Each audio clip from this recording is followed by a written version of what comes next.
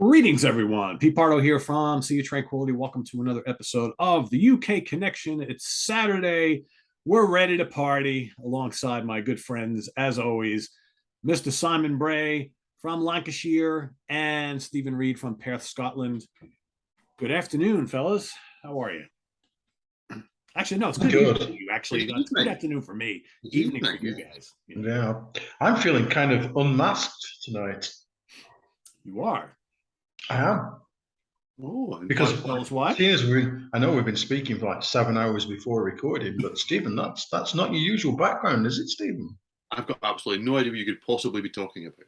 Okay, just People will ask, so I'll do that and say yes, it is. There you go. I didn't even notice that. Simon is way more observant than I am. Someone will go, is that the German one? Yes. yeah. Over and done with.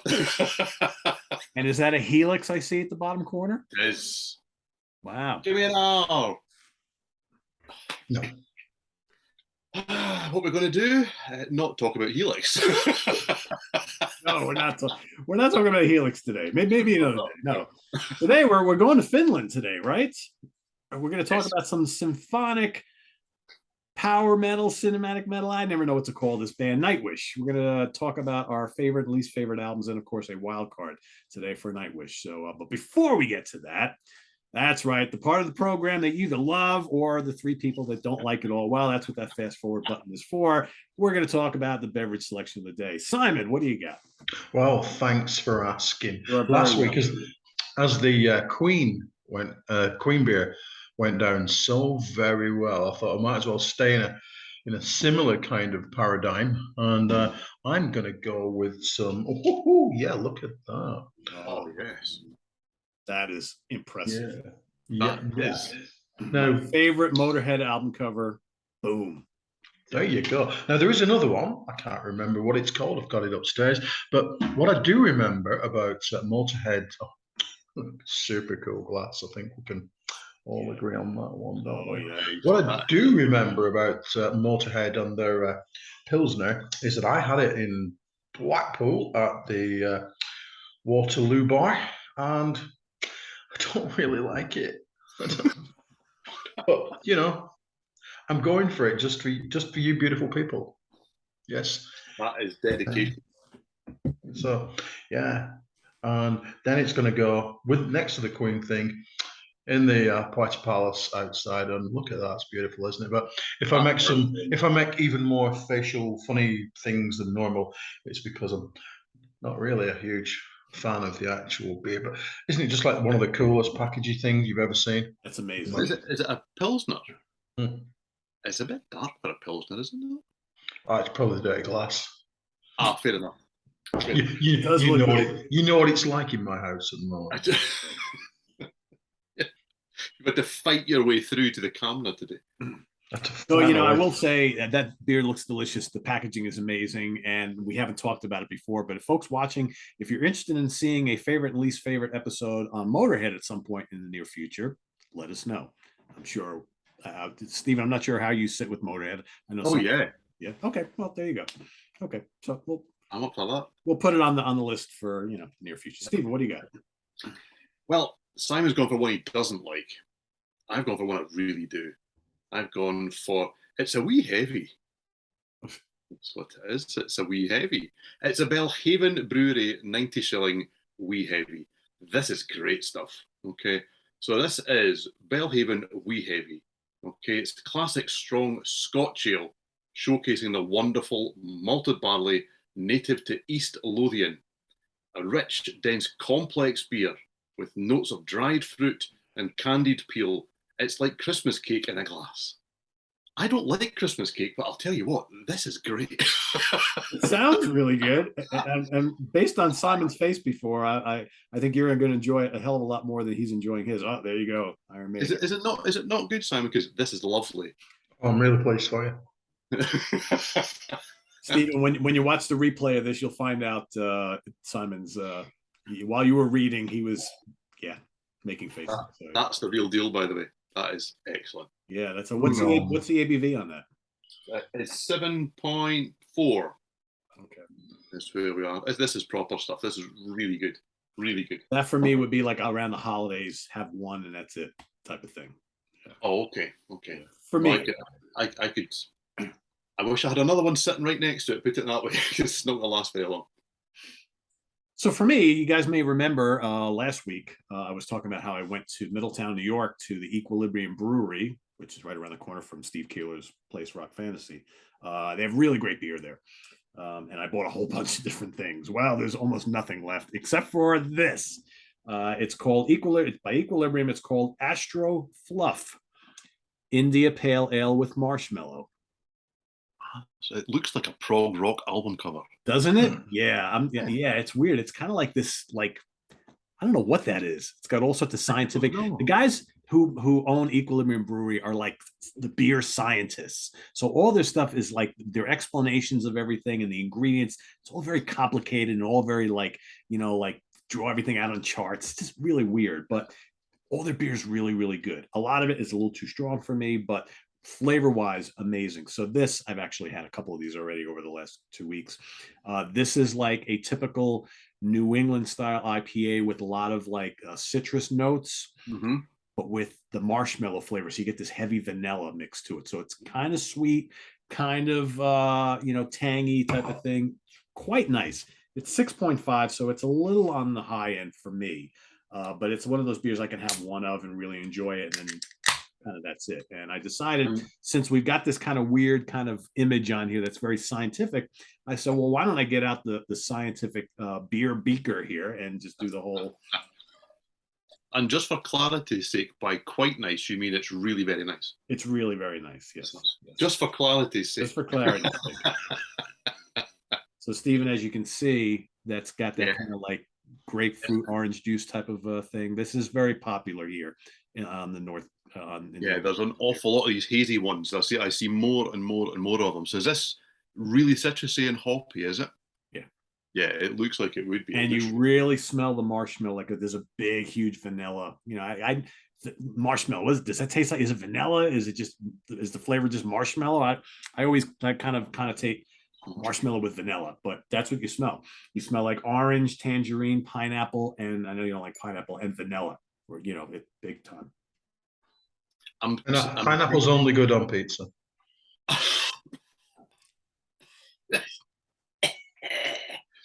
No. Really tasty. This is really tasty. Really good. See, same again, from a distance, as you're holding it there, it does look a little bit like a glass of custard.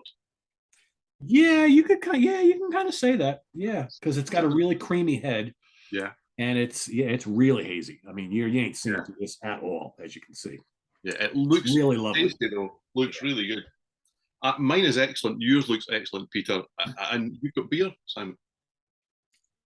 Simon, as he did last week, is not even going to show anything for the rest of the episode. He took one sip to start it all off, and then that's it. It's like I've got a plan B. Don't worry about it. There you go. There we go. Because we definitely have the balance here. Because you've got one you don't like, and I've got one that I really do. Yeah, I might go for plan B part way through if you don't mind. Because cool. Well, Simon's going to kick us off with his two favorites. Two of Nightwish. Nightwish. Who the fucking Nightwish? As many people said last week, did they not? By that I mean one. Yes, okay. I will say, before you continue, that I went today and rewatched parts of the Ranking the Album show that Chris Allen and I did a year ago. It's got almost 15,000 views. So I think a lot of people know who Nightwish are, despite those couple of comments from whoever last week. So, yeah. Anyhow. We'll know what they do. That's okay. That's okay. Nightwish. Now, I really have been paying attention to the comments recently. So my very, very, very favorite Nightwish album, by quite a distance, because it's one of my favorite albums of all time. And I've actually maybe mentioned this on the Sea of Tranquility webzine, which everybody should visit on a regular basis, are we ready? Century Child. You see what I'm doing there? I'm holding it up so we can all see which one it is. Century Child. Very much one of my favorite records. Very good, Stephen, of all time. Well, hold on. I don't want to be left out. Hold on. It's got to be the last one in my pile. There we go. Boom. There you go. There you go. Last one in your pile because you hate it. But anyway, I remember. Not at all. I just brought them all out. I will add at this stage, I don't have show and tell for everything. Unusually, I don't either, actually. Yeah, no, me neither, as I will explain later on. Jeopardy. You've seen you've seen my picture of the ironing board of metal, Stephen. You know I don't, because I can't find everything. I'll genuinely be looking at it. But anyway, let's get back to Century Child Show. What a great record. This is a really, really important record for me, because I don't know if I've ever mentioned before, but there was a long period, maybe the late 90s, mid 90s to quite a few years into the new millennium, where I thought, my God, there's a lot of shit music out there. I'm really not enjoying myself. Yes, I did. And along with the first probably 4 Hammerfall records, because I'm a child, this really brought me back to really enjoying music. It's just so freaking awesome, right from the very, very start of Bless This Child all the way to the end of Beauty. It's really, really good. It's pompous, it's bombastic. I'm trying not to be the first person to try and pronounce Tara's name, but I'm going to go with Tarja. Tarja. Yeah. Tarja. Yeah. It says it's different. So what you've got? Sorry. What you've got going on this record? It's a CD. What you've got going on this is, and I'm going to talk about some of the earlier stuff at another point, is you've got actually relatively concise songs. Bless the Child's 6 minutes long. Okay, Beauty of the Beast is 10.5 minutes long, but rest of it's quite concise. And it's all song based, over the top theatrics and stuff, but just really, really great songs. Yep. Slaying the Dreamer. It's a tune. I'm telling you, it's a tune. It really is. End of All Hope. And this is I think I'm right in saying this is the album where Michael Hietala came into the band, and he's such an authoritative singer when he sings. Really, that's the best time for him to do. This is why I get paid the big bucks, isn't it? That kind of insight. Yes, indeed. It's that juxtaposition in many of the songs that go on for the next few albums, or practically every album until he left, where you've got that juxtaposition of really, really top, because all the vocalists in this band have been great, of mainly operatic kind of female vocals, and his very, very manly vocals. Yeah. Yes. Yeah, I've always had a hard time describing his singing style, because it's like, manly is a great way to put it, because he's not growling like extreme metal. It's gruff, but I think that's whether they wanted to do it this way or not, but that's kind of like the Beauty and the Beast angle of this band, right? It's a perfect way to describe it. Great point. Yeah.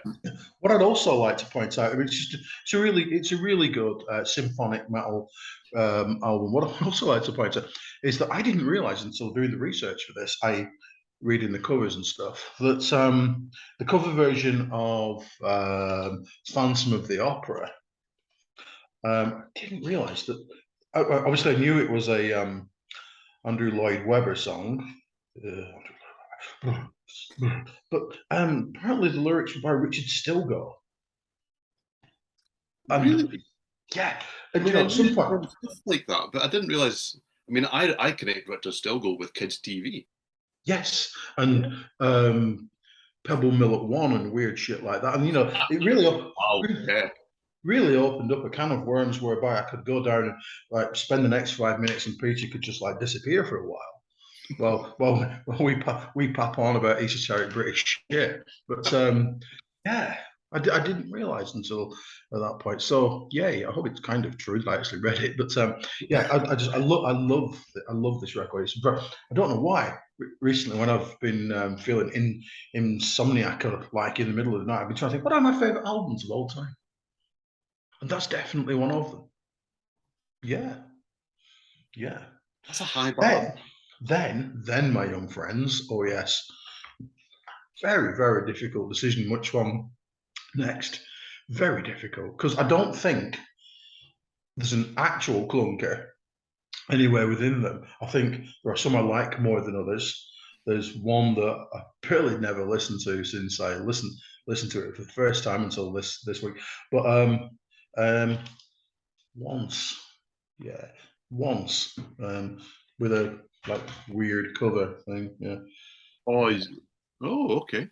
Give it up for me. Have we got 3 different covers between us? Yeah, I know. It's exactly. So is yours? Why is yours a different? Is yours lent? Well, mine was released on Roadrunner. I don't know what label. Nuclear Blast here. Nuclear Blast. Yeah, it's probably why. Yours is obviously limited. I think the early stuff was on Spineform, wasn't it? I think. Yeah. Have you got bonus tracks or anything on yours? I do not. I got it the day it came out. No, I don't either. It's just I wondered if yours was like limited. Yeah, no. It's just mine's enhanced with a video, so it's got the "Wish I Had an Angel" as an enhanced element. Remember when they were doing all that stuff? Yeah. Mine's a limited edition. I assume with limited plastic. Yeah. So this is absolute classic Nightwish for me. Dark Chest of Wonders. I Wish I Had an Angel. Nemo.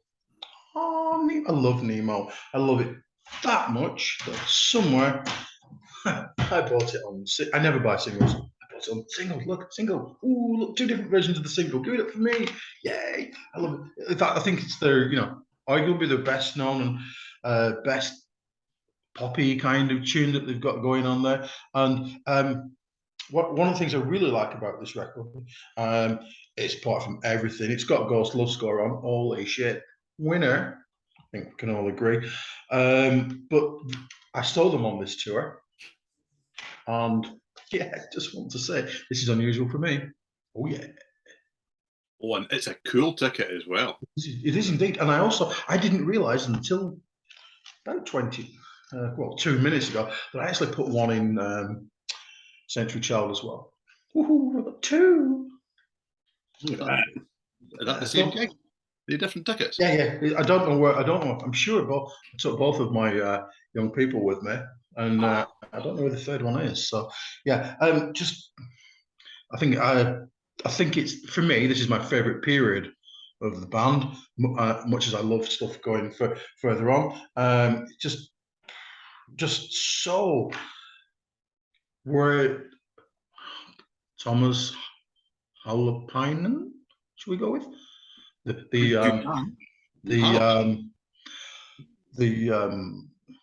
the word I'm looking for to describe him? Apart from keyboard conductor. player. He's like the conductor of the band. Yes, very much so. I was going to say dictator, but no, anyway. So. Well, afterwards, Stephen, you'll find that me and Peter have written you a letter. I'm afraid you're out of the UK connection. Yeah. But surely I helped to find my replacement first, no? Who knows? And in a few weeks' time, you'll be gone again. Yeah. But I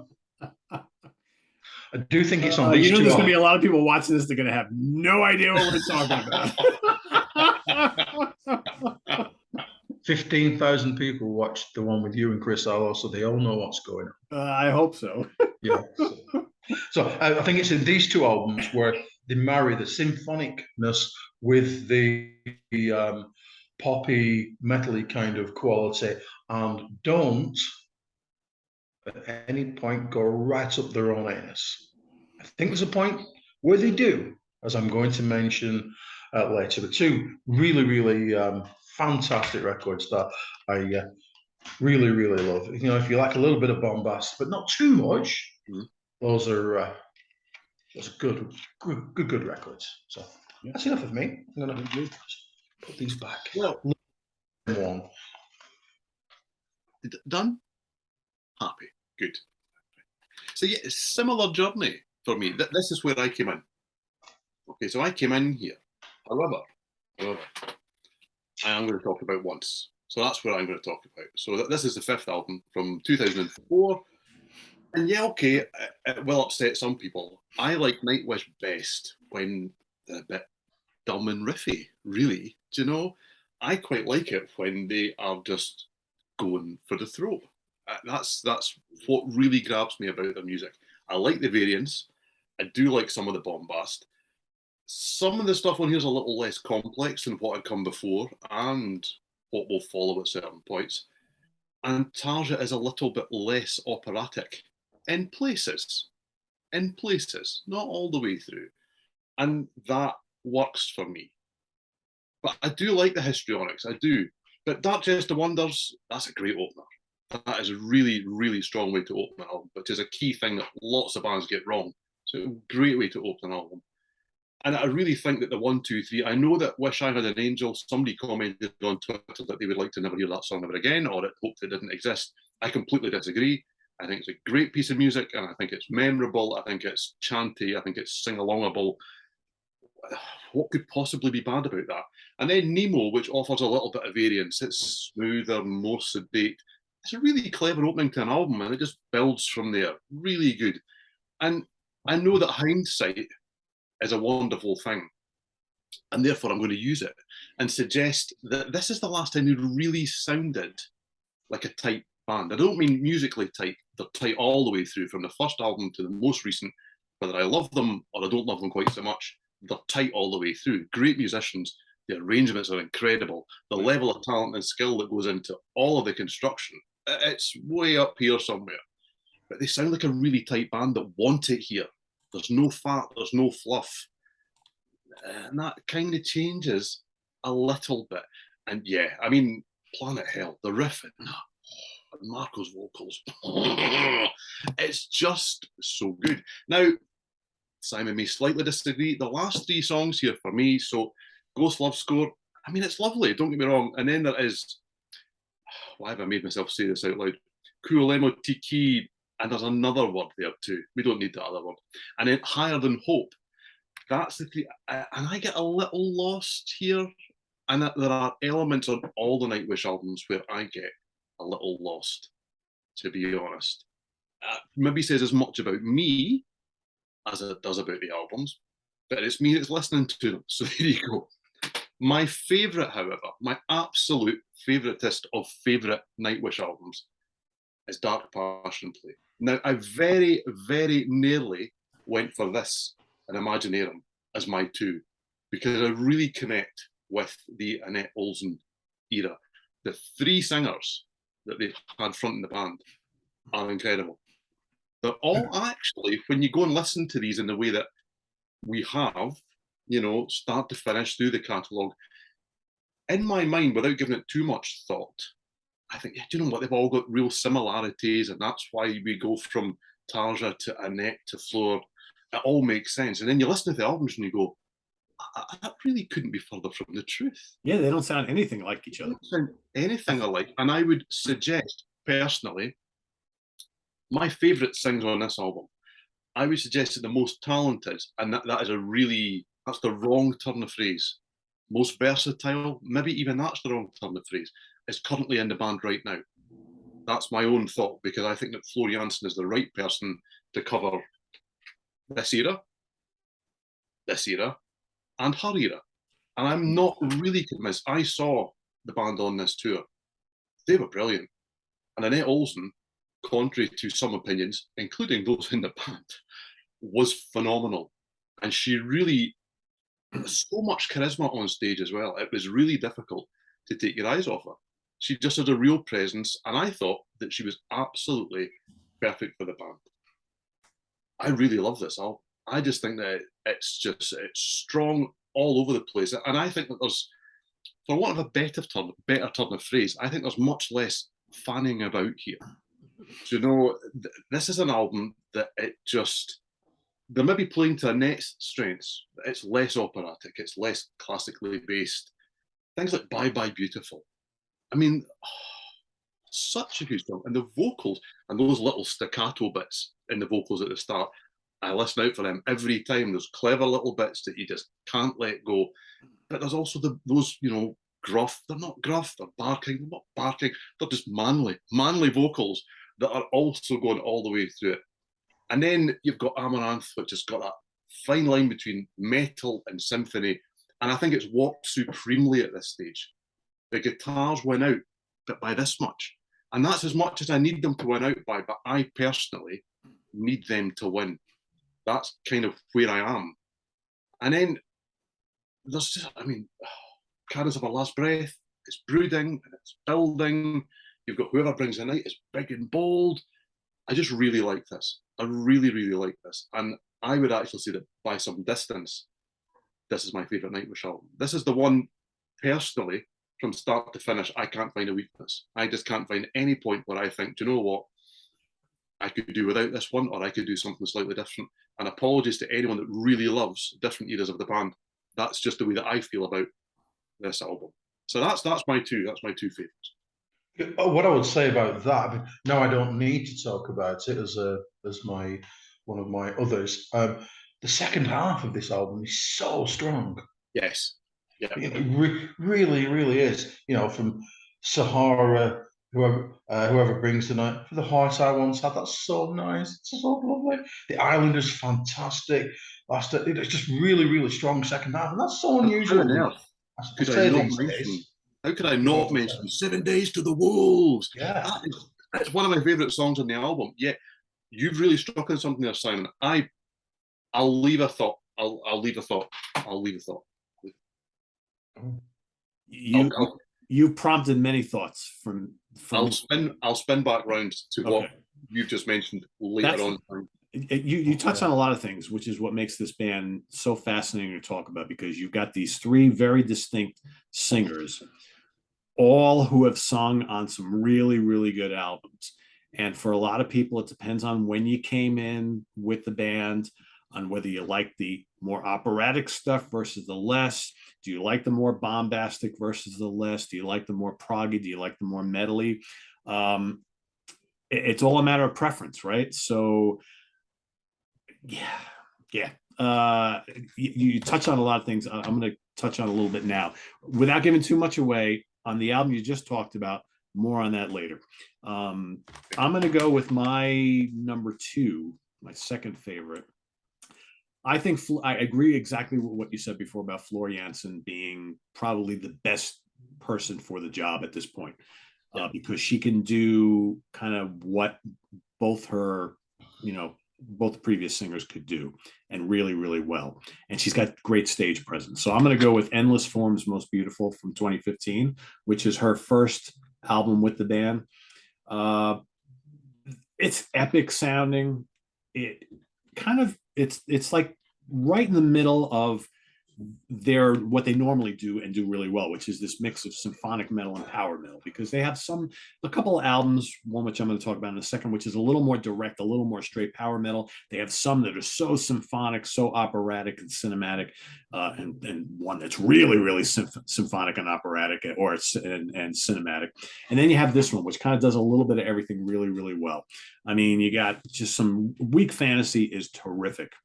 Elan, terrific. The Greatest Show on Earth is just classic sounding Nightwish. Great production on this album. It's epic. The vocals are outstanding. The instrumentation is great. Great keyboards. I mean, this to me is like a great production from them. And again, I really like Floor a lot. I loved After Forever. And, this band is similar to After Forever, but a little different. I think she fit in like a glove here. So that's my number two. Coming in at number one, it was hard not to pick this one as number one, because it's the album that I came in with on this band. And this was their breakthrough here. I'm talking about Once, obviously. So I said it on our ranking a year ago. I'm going to say it again. And I know this doesn't sit well with Nightwish fans. Tarja is actually my least favorite vocalist in this band, because and she's great. Don't get me wrong. I get fatigued with the overabundance of operatic vocals. I really do. She's amazing at what she does. She's great to look at. She's got great personality on stage. She's technically speaking an amazing singer. Me personally, though, I I have a certain tolerance for that nonstop opera style singing. So that's why I think a lot of the earlier albums, and I like all of them a lot, don't rank as high with me because it's too much for me. This is a perfect balance though, because this to me is more straight power metal. She does the operatic thing, but it's not like overused. I mean, you guys mentioned the great songs on here. I don't need to do it again. Nemo is freaking fantastic. Wish I Had an Angel is so catchy. Creek Mary's Blood, amazing. Dark Chest of Wonders. I mean, come on, these are classic Nightwish songs. This is accessible, but it gives you all the flavors of what Nightwish are all about. But this was like, people here in the States heard this and they lost their minds. They're like, oh my God, I need more of that. And that's what made them, one of the bigger bands of this kind here. And then she's gone, right? I'll talk more in a little bit about, Annette, but this is terrific. And the production is so good. So, if you wanted like an instant introduction to the band, past and present, right off the bat, I mean, that's kind of what my 1 and 2 are right here. But I would be remiss if I did, and I'm going to talk about it in my wild card. The middle period is really good, and I'll talk about that in a little bit. So back to Simon. Are we wild carding it up? I always ask, don't I? Yeah, least favorite first. Least favorite, right? Wow. Oh, okay, right. Well, what I like to do very often is to work out whether or not I agree with myself. And it turns out that the Sea of Tranquility review for Human : 2 : Nature was written by me. It was. It was written. Have you checked it out? It's a good piece of writing. He's like, I did. I read it this morning. Oh, yes. Oh, yes. Now, I stand by the fact that I like most of it. I do, but it's the only Nightwish album that I have never bought. Yeah. Mainly, as I believe I said on Twitter, it's really expensive.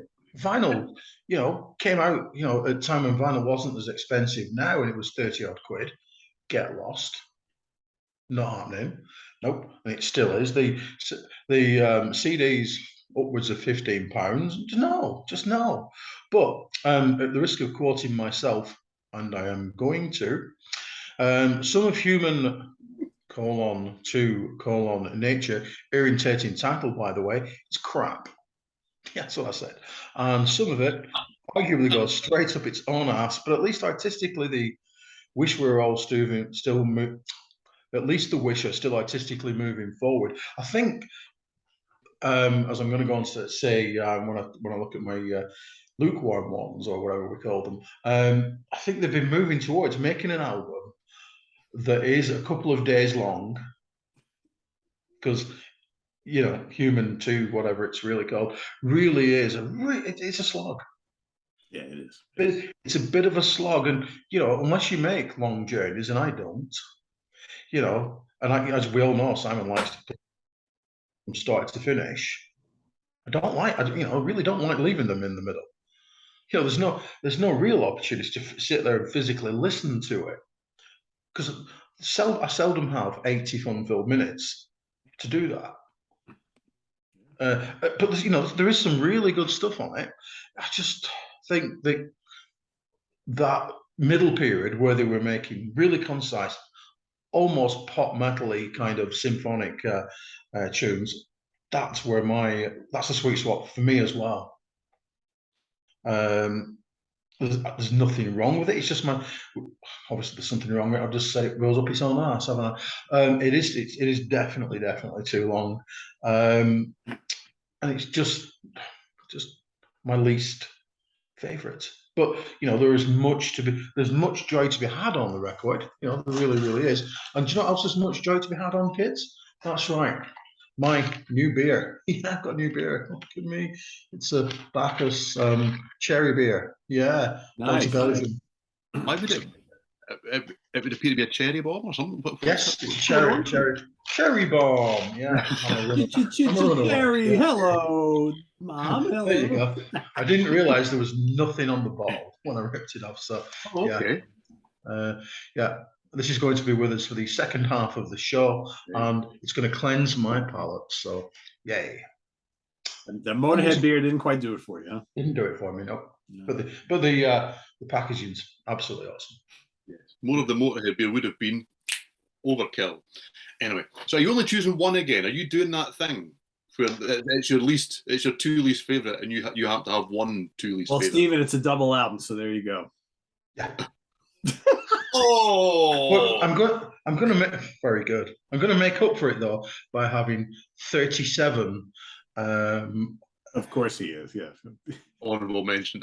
Wild card. Simon has just out Rich Catino. Out Catino. Rich Catino. Basically, I've just got all the rest as wild cards. Okay. So are you done then? Yes, done. All done. All done. Okay. All done. Right, so I'm prepared to get out on a limb and make myself really quite unpopular then, because I've chosen two, okay? And it was maybe down to my expectations of great things, okay? Because I was really disappointed by Endless Form's Most Beautiful. That is one of the two that I'm going to choose, and there's a reason for that. Because one of the aspects that leaves me most nonplussed, I don't dislike anything in this catalogue, maybe one or two. They brought in a truly phenomenal singer. You know, possibly the best singer that they've had in the band. Depends what you like and what you think. And then they basically said, do you know what? You can sit over there on the bench, and every now and again we'll call a super sub on for the odd appearance, and you'll get to sing. And then sometimes we'll play for at least a week and a half with you going, and I just don't get it. I don't get it as a thing at all. Why would you bring in a talent like that and not use it much more prominently on the album? And my own personal opinion for that, and that's all that it is that they kind of got bored with the metal part. I really do see, and let's do away with any suspense for what my last one is. It involves dots and lines and more dots and all that kind of stuff. I really think that there's a vehicle here of, do you know what, we're Nightwish, so we've got to go doom da da doom da da doom da da doom da da. But we'd really like to be writing, or one person would really like to be writing classical music. That's really what I think. That's what the journey feels like to me. Is that we're actually trying to go, I don't really want to be doing that part, do you know? And by this stage, and it's not just a Nightwish thing, okay? And Troy Donockley is a talented individual, okay? I love him dearly. But if I never hear the Aeolian pipes ever again, I'll be a happy lad. I don't need any more. And for anyone wondering, I hate bagpipes, okay? Just put that out there, okay? I'm kind of... Scottish guy hates bagpipes. You heard it here first. Okay, I don't drink whiskey either, okay? And do you know... The eyes of Sharbat Gula and the gargantuan 24-minute title track, they bore me rigid. I just don't need any of it. And there's animal noises and all kind of nonsense going on. And I just don't connect with it at all. There's so much good stuff on the album as well. I mean, it's a lot of the albums from Nightwish are vast, they're long, they're sprawling. Don't stop that. Just give me the... Maybe it's just more about me than them. Because I absolutely feel the same about human, whatever it is, nature. I really... the most ridiculous title we've had in ages. I mean, give me a human... What is it? Come on. It's like... I mean, if I wanted to listen to a great soundtrack up or a great score, okay, I'd listen to this. This is no pretensions about what it is. This is Imaginarium, the score. Okay, so the guitars have gone, bye, for most of this, 99% of it. And the vocals have gone, we don't need you. I'm okay with that. If you want to release this and people like me want to buy it, and I really do like this. But it's not a Nightwish album. Most of their albums have instrumental, you can buy it with the instrumental. I always do. Yeah, and I don't mind that, but I really dislike the fact that so much of the most recent 2 albums have been presented. The regular version is That the regular version has so much instrumental in it. And personally, I find that they are the weakest albums, even in that sense. I just don't think that there's enough that I like going on in those albums for me to get excited about them. And I really, on a personal level, kind of feel that the main guy that's putting the majority of this together would really quite like to be doing things like this, but happens to find himself in a gargantuan, fantastic symphonic metal rock band. Yeah, but didn't he do music? Was it? It's like music inspired by the life of Scrooge McDuck, or something like that, as a solo album. Yes. I heard that once. That was enough. Not your wild card, then, no? No, definitely not. No, No. yeah, definitely not. So that's my least favourite 2 that is actually 2. Unlike Simon, I can Chose not to go with 2. So yeah. I mean, you touch on a lot of good things here. I mean, I like Endless Forms Most Beautiful quite a bit. However, the follow-up album, Human to Nature from 2020, that's in my bottom. That's my least favorite out of all the Nightwish albums. And you have to want, like, where is this band going to go from here? Because they lost their bass player and second singer. Is he coming back? I don't know if Marco's coming back. Well, he's not, is he? Oh, he's not. No, he's not. Yeah, it's like he's probably done. We haven't heard the full story there. I'm sure we will at some point. You have to wonder how long Floor is going to hang around, because quite frankly, this being in this band for the amount of time she's been in the band, so what are we talking about, 7-8 years, this has done wonders for her career, because obviously now she was already known beforehand. Now everybody knows who she is.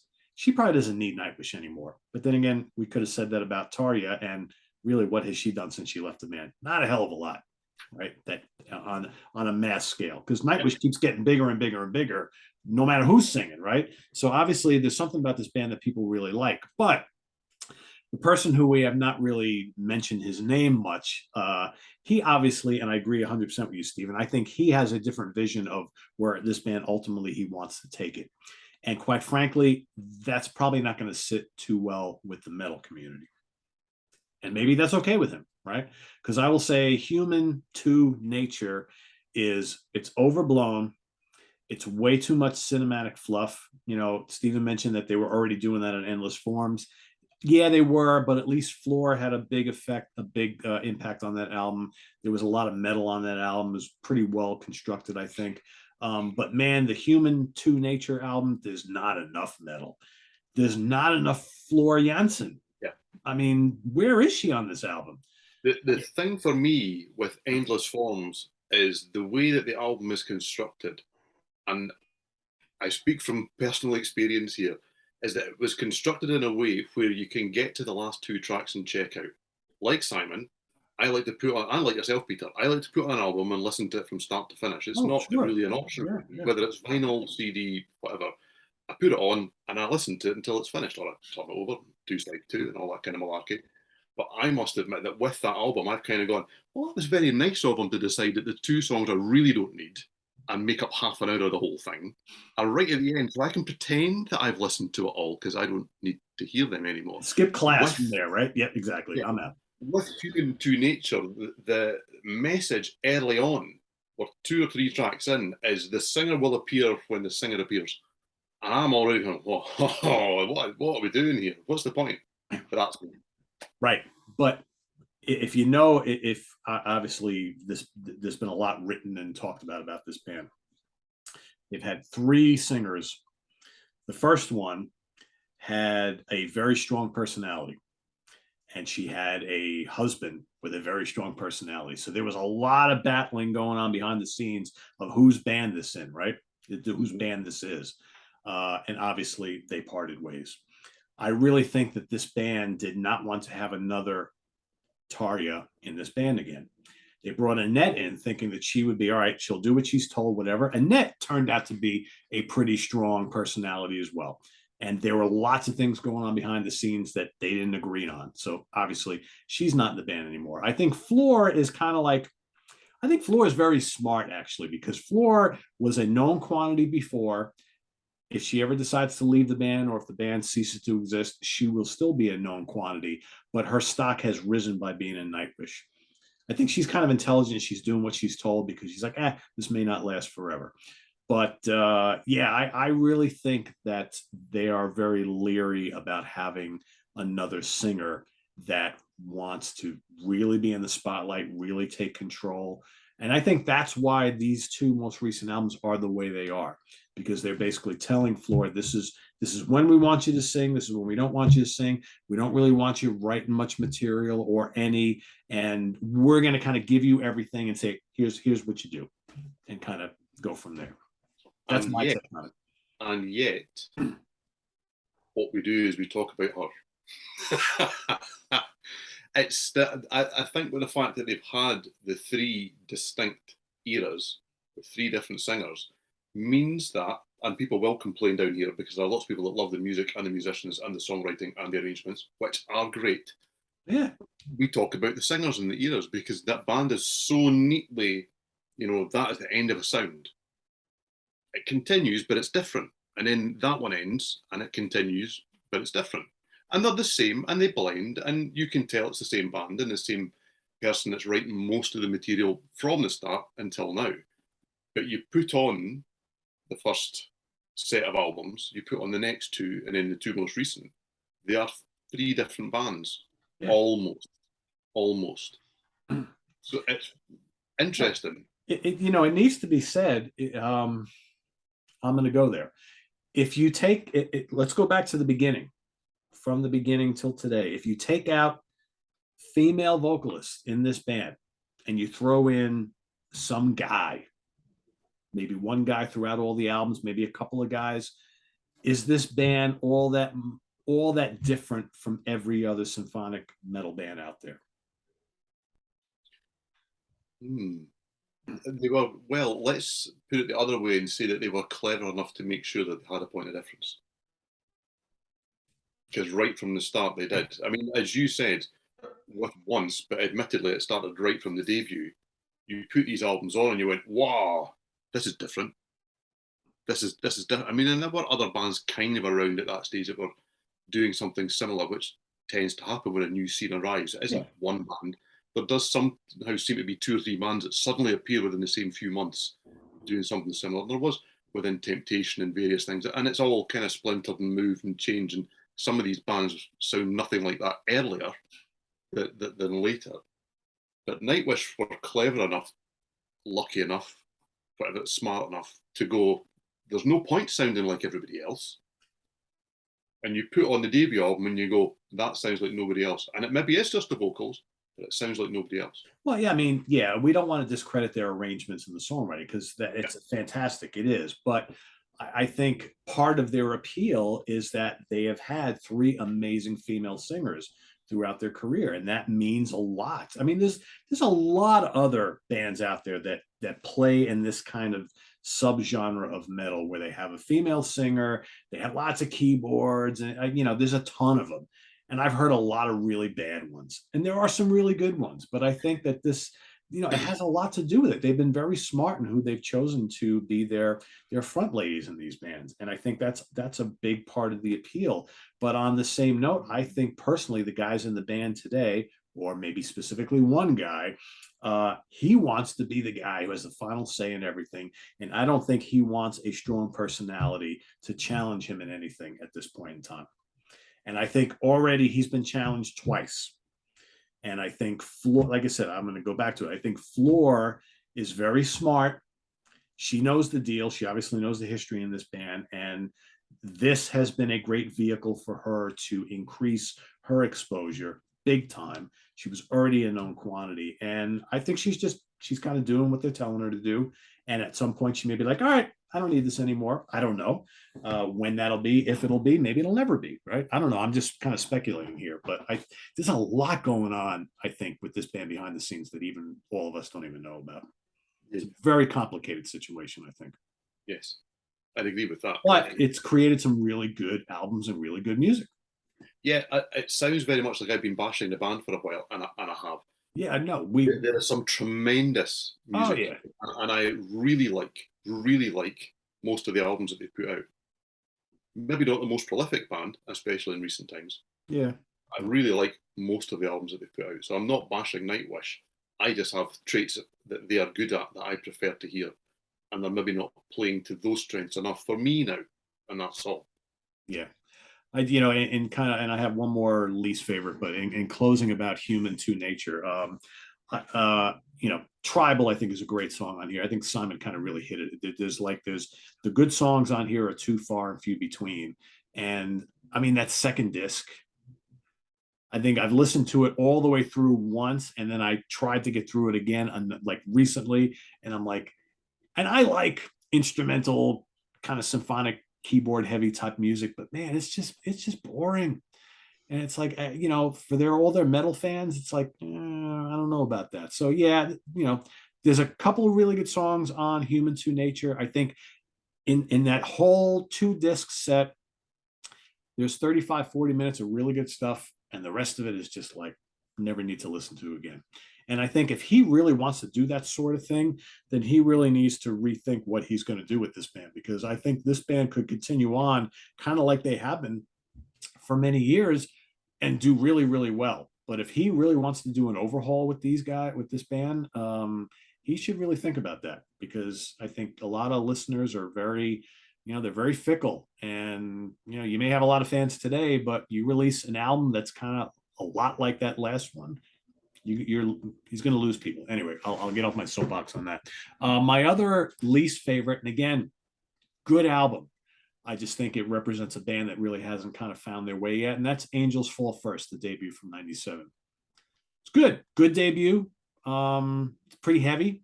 It's got a couple of really good tracks. Some of it's kind of like, all right, I get where they're coming from. Their next album, they figured it out, but big time. But man, Elven Path and Beauty and the Beast, classic Nightwish songs.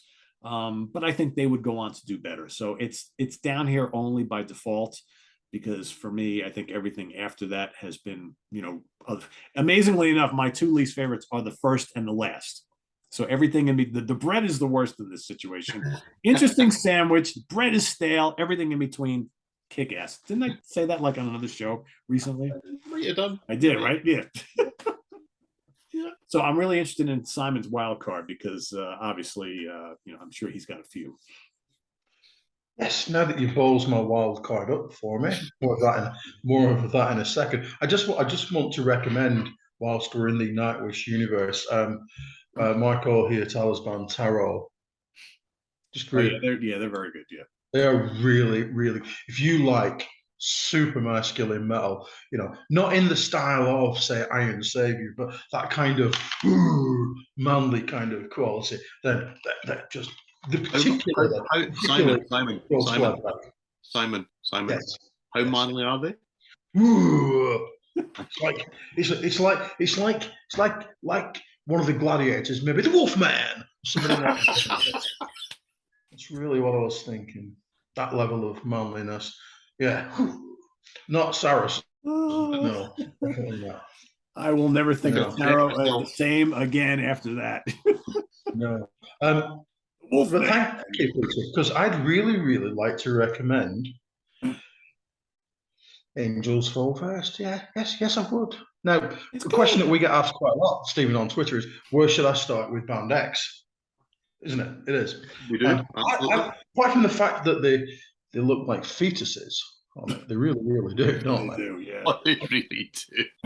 So it looks like she's like 15 there, right? Yeah. Yeah, she looks like she's auditioning to be in a Jane Austen adaptation or something like that. Yes, yeah. I would start. A great thing to do with Nightwish is to start, in the immortal words of, I think, Julie Andrews, start at the very beginning, because it's a very good place to start. And what you can see with Nightwish is an evolution, particularly as they evolve towards like talking about Darwinism and shit later on in their. Thank you, I'll be all week. Thank you. In their work, but you can see that it's flawed. It's a flawed record, as I'm about to prove by the medium of reading the lyrics out. It's a flawed record, but it's parts of it are indescribably good. The opening 3 songs, Elven Path, Elven Path, Elven Path, because that's how you've got to say it. Yeah, that's right. Elven Path, Elven Path, Elven Path. Beauty and the Beast and the Carpenter. Just really, really excellent songs. There's only one itsy bitsy, teeny weeny yellow polka dot problem, and that's that Thomas sings on some of these. And he is the worst vocalist that is not called Pierce Brosnan in the world. And there's a reason why he never sang again, because he can't.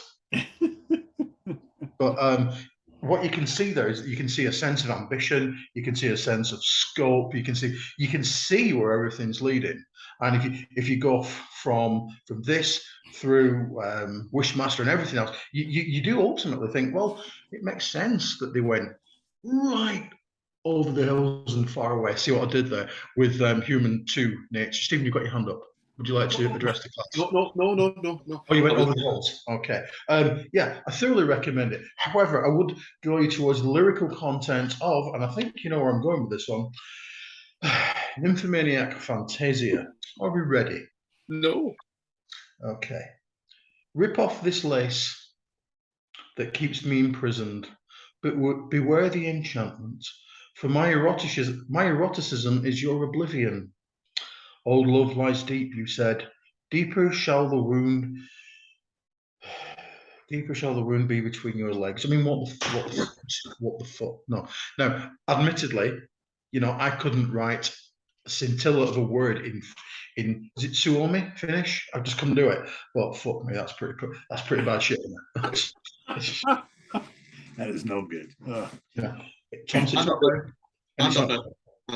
Do you know, and I didn't put it here on purpose, this man would be embarrassed to write that. I'm just he's wrote some bad shit, let me tell you. Did either of those two behind you write Bang Bang You?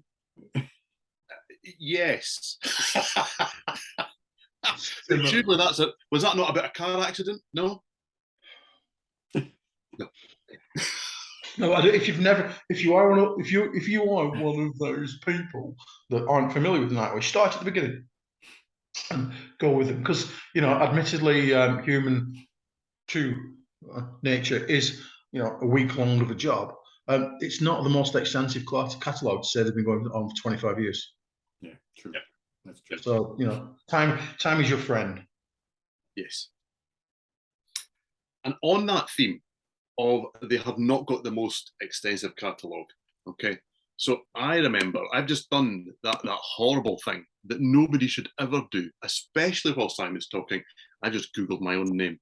Okay, but I did Google it with the words Nightwish and Rocktopia, which is the webzine of the Fireworks magazine, okay? Because what you said earlier about how expensive Endless Form's Most Beautiful is, that I reviewed a while back. That's a technical term, okay? I'm looking for the date here, can't find it. 2016, the tour edition of this album.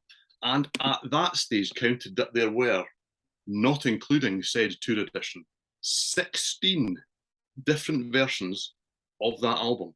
No. Whether they were extended or different splatter vinyls. What? Anyway, all of that. Typical nuclear blast. They do that all the time. 16 different versions of that. This band have more live and compilation albums than they do studio albums. And this is not a band that's been on the go for 60 years and have changed record label 45 times and had a gazillion top 10 hits in the UK between 1972 and 1975. Therefore, there are all these compilations, or even had an era before they were famous that people can go and say, you know what, we'll put all these tracks together, make a compilation, somebody will buy it and go, what is this shit? Yes, that's status quo, right? But there's none of that. It's just all compilations and live albums. It's not even like the Scorpions it's not even just like Scorpions where you have like a ballads album and a rocking album. So I've ignored all of that, and I've ignored all of the rest of the catalogue because we've really, right, okay, and I will nail my colours to the mast and go with this. Now, it's a promo, hence why there's no cover. This is Annette Olsen's first solo album post Nightwish. This is Shine, okay? I really like this. It's got very little to do with Nightwish, granted, okay? They were quite clever. The album's called Shine, and the lead single, Shine, and there's no pun with the fact that I'm doing that with it, okay, actually has strings and things on it. Not strings and things, that's like a cheese thing, okay? But I can understand the process behind that, because I can imagine somebody going, well, do you know what? We need this to appeal to Nightwish fans. So if the first song off it kind of has a little bit of soaring vocals and a little bit of strings, everyone will go, oh, she's doing Nightwishy stuff. She really doesn't. This is a pop album with a bit of rock involved. There's a bit of symphonic stuff. In the review that I just Googled of mine as well, I've mentioned things like Evanescence. I've mentioned things like ABBA. I've mentioned things like Kate Bush. They're all on here. I've mentioned pop rock. It isn't pop rock in that sense that that genre tag would suggest to you, but there's pop elements and there's rock elements and there are a few metal elements, but man, oh man, can she sing. She can sing. And I would actually suggest that she's a better singer than she was allowed to show in Nightwish. And I completely understand why, because there's no way they would get away with doing some of the material that's on here. But if you want to kind of broaden your horizons, and in a catalogue that, yes, there are some great live albums, granted, okay, yes, I know that in the comments people are going to say, but they didn't talk about, you are correct, there are some great live albums in this band's catalogue, but I just wanted to highlight something from slightly outside, so that's my wild card. And I haven't heard the album she did with Russell Allen recently, but I heard that's terrific. Well, see, what I've heard of those albums I like. I think she's got a better voice for not metal. Is where I tend to land with it. But I like them. I don't necessarily need them. Okay, so no disrespect to any of the talent involved in it, because Russell Allen is a legend. Okay, but I don't necessarily need those albums. But I can understand the appeal to a lot of people of them. Yeah, I haven't heard this. I only know what people have said, and yeah, I mean, well, that's kind of where I'm going with my wild card. So I actually saw Annette with Nightwish, and I thought she did a fantastic job. And I remember when Dark Passion Play came out, I love this. I listened to this a ton, enough to make it one of my top 2 favorites. Not quite, but this could potentially be my number 3.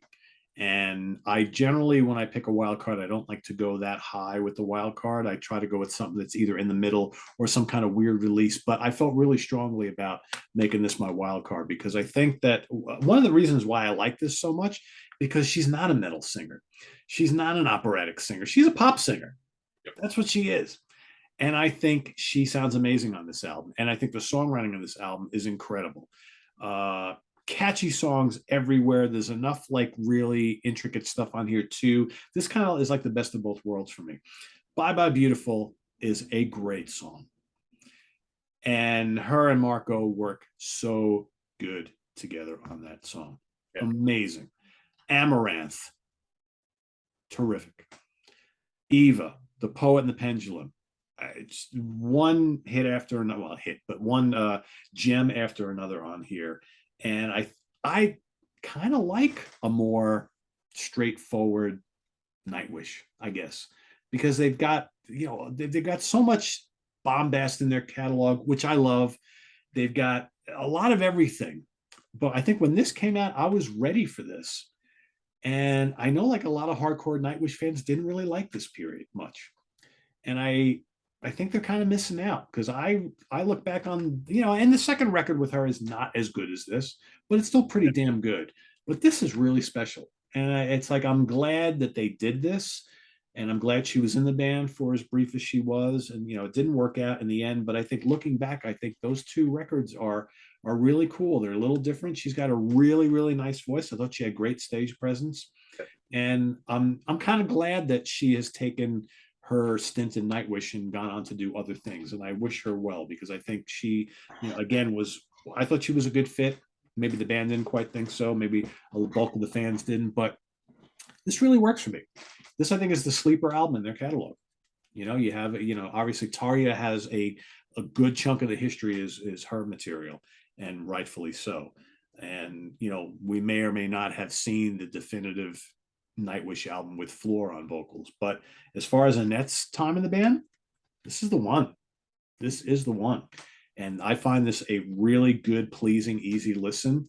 And maybe that's what it is. Maybe this album is a little less demanding or challenging as some of the others. And if you just want to hear a good, easy listening Nightwish album with lots of hooks, and the playing is still great, this is kind of the one. So that's my wild card. Yeah, I do think that for all I've kind of criticised, she was a brave choice at that point. Yeah. And it is a shame that, and maybe for other reasons, who knows, because there have been two very public sides to that split as well, as there was with Tarja. Yeah. That, I mean, to go and get a singer out of a band, I think Alison Avenue, who were a more melodic rock band than anything else. I mean, it really didn't make any sense. And to make the two albums that they did, and like yourself, Peter, I saw them live with Annette Olsen. And man, did it work. Yeah. And she was great on the early stuff too. It was different. There's no way pretending that it wasn't. But they must have known that when they went and got her, because there was no way she was going to be able to ape what had come before. So it felt to me like almost a full stop. Yeah. Of, we actually need to do something different. Is there a point in getting someone that is just going to ape what's come before? Probably not, because everyone's just going to say that we're just repeating the same things, but not so well. And as I say, them bringing in Floor, to me, is the best of both worlds. And without going over old ground, my personal gripe is then to not utilise that as much as the previous two singers have been utilised in the band. Yeah, but I hear you. I think that's been done purposefully, but yeah, I get you. I think when they brought her into the band, I think that they gave Annette a lot of freedom on that first album, because they did not want to have a repeat of what they went through with Tarja, right? They wanted someone who was going to approach the music a little bit differently, and it really worked. But then I got the sense on this album, on Imaginarum, the follow-up, that they kind of pulled back a little bit. And all of a sudden they're like, oh, well, we want to kind of, yeah, that was a good album, because that album did pretty well. But I think they all of a sudden started moving in a little bit different direction. And that's when you started to hear out there in the internet world that all of a sudden there was friction between he and Annette about the direction of the band, because I think she was told one thing when she joined, and then all of a sudden they were changing a lot come this time around. And then it was over before you knew it. That was it. So it's really complicated history here, I think. Yeah. Interesting band, very interesting band, for lots of good reasons as well. Yeah, great stuff. I mean, one of, I don't think anybody could argue, one of the best bands of this kind that we've ever seen. I would personally say the standard bearer. Yeah, for that style of music. Yeah. So anyway, we've got a fun show coming for you next week, which I will let Simon introduce. We originally were going to go one direction, and now we've decided to do a double lane into the same direction, if that makes any sense. Oh, you think I was listening beforehand, don't you? I know. Well, we're going to do Def Leppard's classic album, and then we realized we couldn't decide which is the classic album, because it's a different thing over here in the UK than it is. I really hope that you are over there, Peter, in the US. So over here, the album that really sold like the proverbial hotcakes was Hysteria. Yeah, the late 80s version of Shout at the Devil, as I like to call it. Whereas, disappeared. Simon, come back. Whereas, back again. Whereas in America, Peter, it was Pyromania. There you go. Yeah. Because I couldn't remember the word pyromania. Do you see what I did? I had to think for a second too, because I was going to name the other one. I'm like, no, we decided not to do that. So what we're actually going to do is pyrosteria. Yes, pyrosteria. Yes. So just so everybody understands, and we will discuss this again next week. So when we talk about the classic album by any of these bands, it's not always what everybody might deem as the best album. Well, in many cases it is, but most classic albums are classic for a reason, because they were the biggest seller. They spawned all the hits. They had all the videos, or that sort of thing. Obviously, some albums we're talking about, there weren't no videos. But in the case of Hysteria, that was the album that broke Def Leppard in the UK. Even though High and Dry, to most people, is probably their coolest, best hard rock album, that did okay business. Yeah. Here in the States, Pyromania made Def Leppard household names. So that's what we're going to do. So for all of you who maybe don't like either album and the only one you listen to is High and Dry, well, we're not going to rank the songs on that album next week. But what we are going to do is we're going to give it 2-for-1, because we couldn't decide which was the best choice, because the UK fans would get upset if we talked about just Pyromania. The US fans would be upset if we just talked about Hysteria. So we're going to give you 2-for-1 next week, and we're going to rank the songs on both classic albums, Pyromania, Hysteria, back to back in one episode. We promise we'll make it as short as we possibly can. We won't be here for 5 hours. Have you met us? What's that? Have you met us? I know. I should know that, but yeah, I know. Man, oh man. Yeah, well, so everybody would bring a couple beers, everybody watching, including us, and and of course that episode will air. Spoiler alert: we won't be recording it during Sea of Tranquility Fall Fest, but it will be airing live during SOT Fall Fest. So for all of you UK folks and people on the West Coast here in the States, and in China, and in Singapore and Germany, wherever else, while myself and others are watching live music and talking on stage, you guys will get to enjoy the UK Connection in its regular time slot as always. So we'll bring that to you. So that's that. It feels very much like we're the Ryman's League of this, Simon, doesn't it? I see what you did there. Maybe the Northwest Counties, or could be, yes, or the FA Vase. Very much so. Yes. I will say there have been the Highland League for Scotland. Yes. There have been a ton of people who have asked, well, Pete, if this Sea of Tranquility Fall Fest is a success, when are you going to bring it to the UK? I don't know. We'll see. What I will say is I have always wanted to go to the UK for like a vacation, just to go. And if that ever happens, you better believe that these two gentlemen and I will get together and make something happen. So I will say that. We'll see what the future holds. So anyway, everybody's assignment right now, down in the comments below, your favorite and your least favorite Nightwish albums and your wild card. And if you've never listened to this band before, you've got some recommendations to go out and check out, then come back and report back what you think. All right. That's the important thing, is to go and explore new music. So thanks for watching, everybody. Visit us on the web at www.seaoftranquility.org. We're on Facebook. We're on YouTube, all together, all the damn time, just as Simon Mouth. And I still have a little bit of beer left. Am I the only one? This is like 3 weeks in a row. Man, I'm lame. For Simon Bray and Steven Reid, I am Pete Pardo, catching a buzz. Thanks for watching, everybody. We'll see you next week here on the UK Connection. Till then, take care. Bye-bye.